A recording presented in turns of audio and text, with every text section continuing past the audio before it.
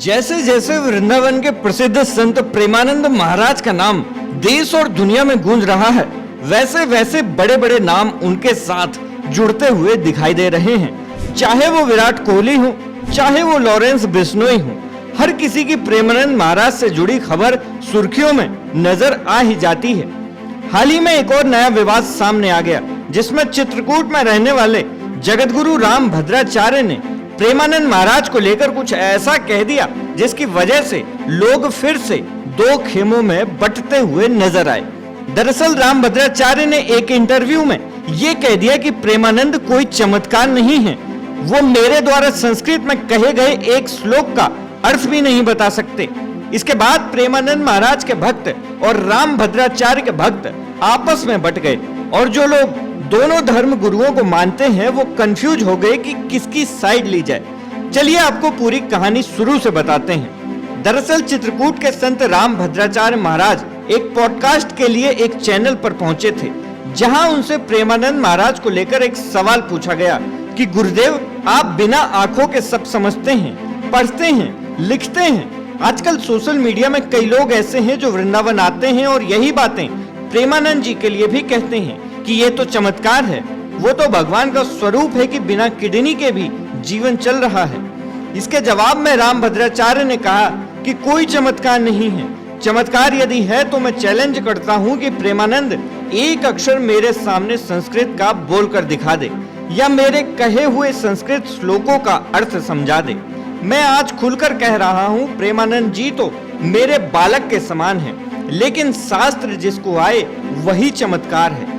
Kidney के लिए उनका डायलिसिस तो होता रहता है, डायलिसिस के बल पर वो जी रहे हैं, जीने दीजिए, उन्हें करने दो जो वो करना चाहते हैं। इसके बाद उनसे दूसरा सवाल पूछा गया, क्या सारे बड़े सेलिब्रिटी अपनी इमेज चमकाने के लिए प्रेमानंद महाराज के पास आ रहे हैं? इसके जवाब में राम भद्राचार्य बोले कि बिल्कुल सही कहा और मैं प्रेमानंद से कोई द्वेष नहीं रखता हूँ। फिर कह रहा हूँ, वो मेरे बालक जैसे हैं, पर मैं उन्हें ना तो विद्वान कह रहा हूँ, न साधक और न चमत्कारी।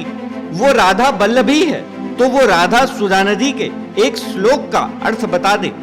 फिर उनसे तीसरा सवाल पूछा गया कि फिर प्रेमानंद महाराज की इतनी लोकप्रियता क्यों है? राम भद्राचार्य जवाब देते हैं कि लोकप्रियता तो क्षणभंगुर होती है, थोड़े दिन के लिए होती है, लेकिन अच्छी है, अच्छा लग रहा है मुझे, पर यह कहना कि वो चमत्कारी हैं, ये मुझे स्वीकार्य नहीं है। दोस्तों, इस पॉडकास्ट के इंटरनेट पर अपलोड होते ही हाहाकार मच गया।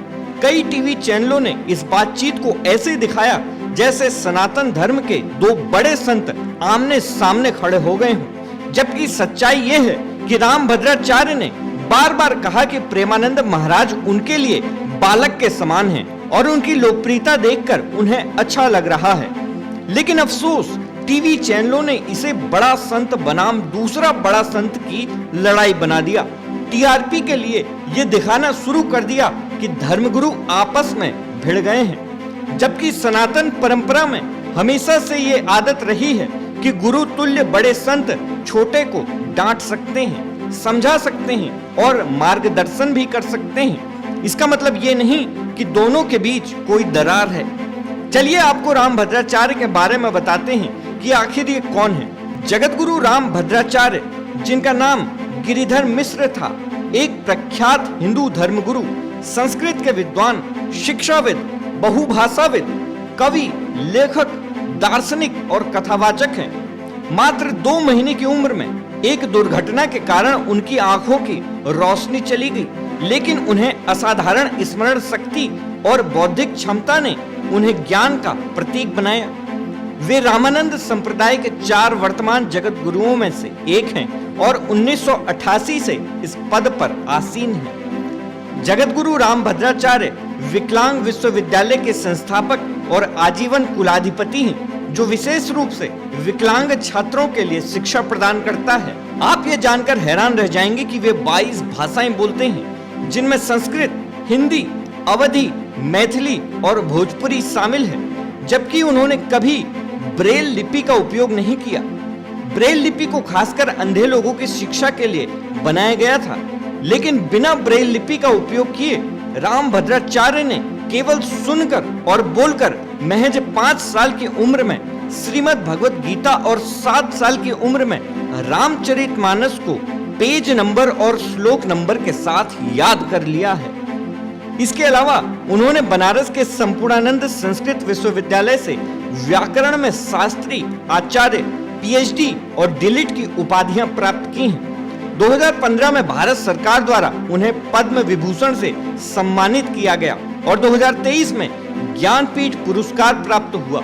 इसके अलावा राम जन्मभूमि मामले में सुप्रीम कोर्ट में जब ये पूछा गया कि भगवान राम के अयोध्या में पैदा होने का क्या प्रमाण है, तो रामभद्राचार्य ने सुप्रीम कोर्ट में 441 शास्त्रीय प्रमाण प्रस्तुत किए, जिसने राम मंदिर के पक्ष में निर्णय को और मजबूत किया।